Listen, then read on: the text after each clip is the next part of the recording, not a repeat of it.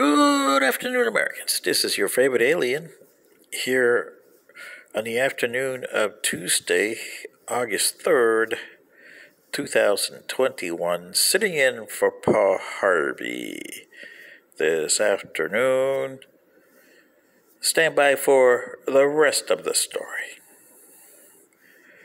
Well, Mr. Harvey, if you're up there with Mr. the Boss, I hope you understand this one. And Daniel up there too. My namesake, I hope you understand this. I'm trying to do this for especially the Americans, but for the humans, in particular on this planet. And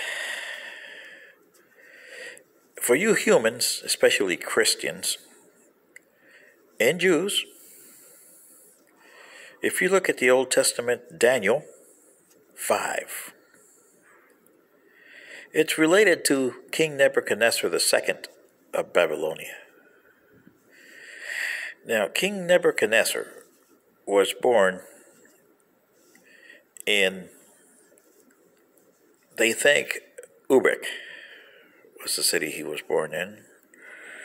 But when he was a young kid, he took a liking to Babylon, which was a long and lost empire. The city was in shambles. And he was engulfed in the old Babylonian Empire of 2,000 years before. The old way of Babylon being the big empire that it was under Hammurabi and kings like that. So, when he became king, he moved his capital to Babylon and made it an official empire and created a very fierce empire. And he also wanted to dominate the area, so he had his sights set on Jerusalem. He invaded them 3 times: 602 BC, 597 BC, and 586 BC. And every time he went there, he took something from Solomon's temple and a few captives. More the second, a few in the first time, more the second time, and destroyed the temple the third time, 586, and took every single one of the Jews back to Babylonia. This caused a reaction that lasted about 7 years, and he went crazy. Some people say it was God who did this to him. And he was having these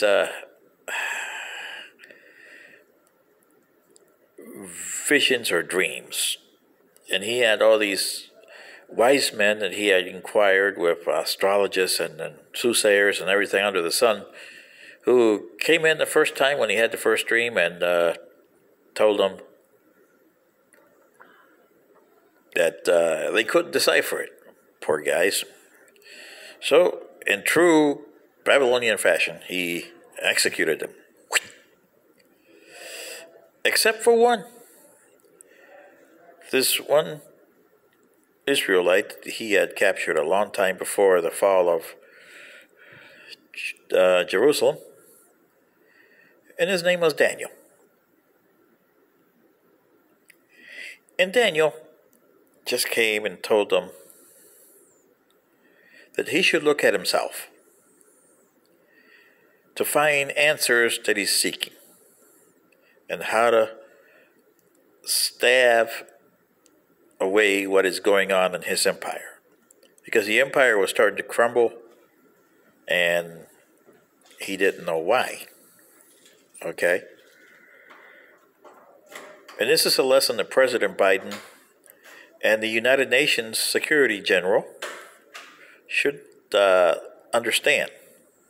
You don't know what's going on with this virus any more than anybody else on this planet does. And the people are paying the price worldwide. Because he figured that Babylon would be safe as long as the walls stood.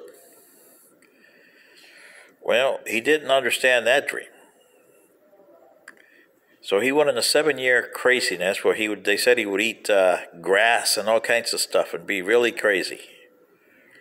Then he had another dream, summoned the wise men again, and again they could not understand how to interpret what he was saying. So they went. Yeah.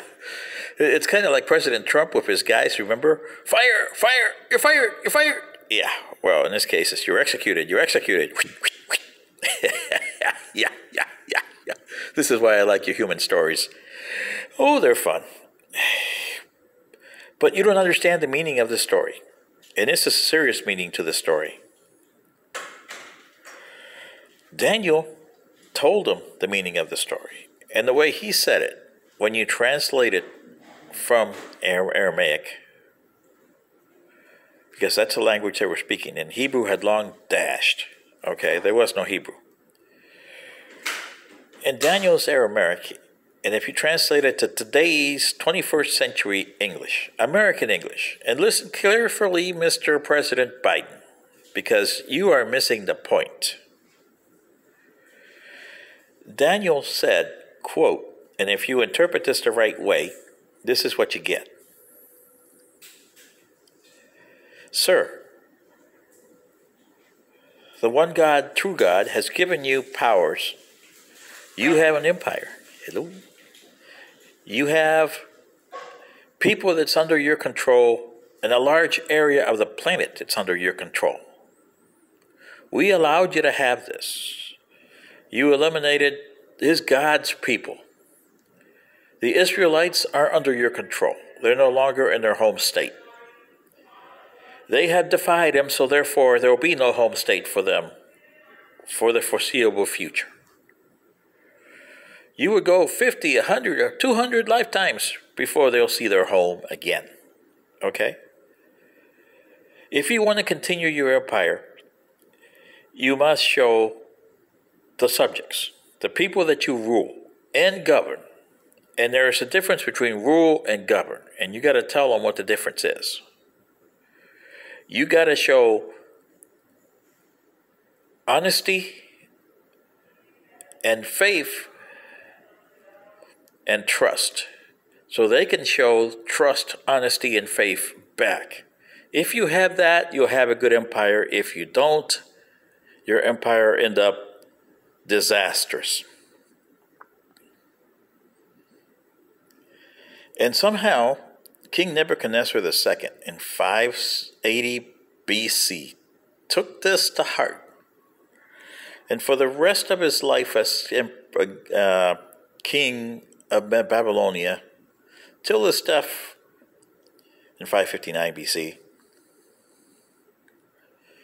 he ruled with the most honest and the most faithful way of governing. So he told his people actually what was going on, and there was no such thing as 100%. So you would think that he would probably get to 85, 86%. And the people responded accordingly to him. When he passed away, the rulers that followed him did not do that. And for the next 20 years,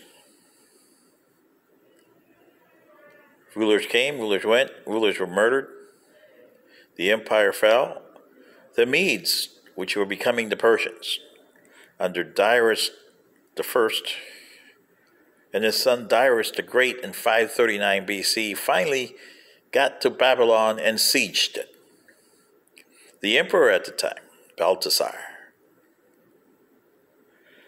he took the opinion of Nebuchadnezzar the Old, that the walls of the city will stand and keep us free.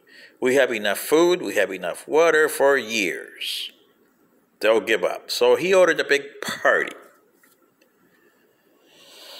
and took down all defenses on the wall. Everybody drank, got smashed. Oh yeah, big party. Darius, he took the city with no problem and destroyed Babylon forever until the late 20th century. He destroyed Babylon and put it down to antiquity. And the Persian Empire became the ruling for the next 1,000 years, till it was conquered by the Muslims and became Muslim, as the Iranians are today. And the story here for President Biden and Secretary General of the United Nations is you must have honesty and trust on your population so you can get faith and honesty back. If you don't, then you have a problem. President Trump didn't know this, and he didn't do it. He was like Balthasar. Party! Yeah. And then he had the January 6th party. Woo, wasn't that fun? Yeah, yeah. President Biden took that not to heed and didn't understand Daniel 5 either. Because today,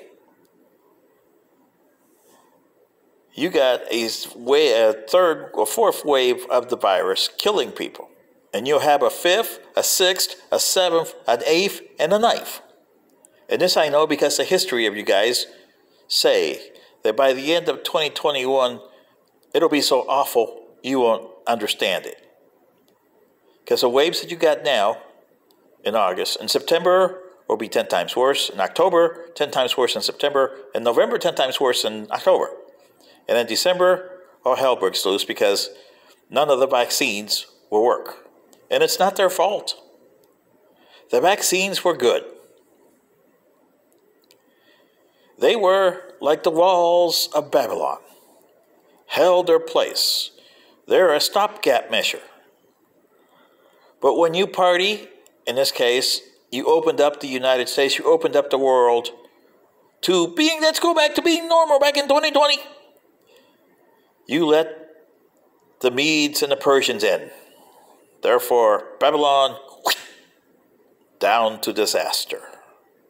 If you don't understand this story, President Biden and the Secretary General of the United Nations, you have a problem.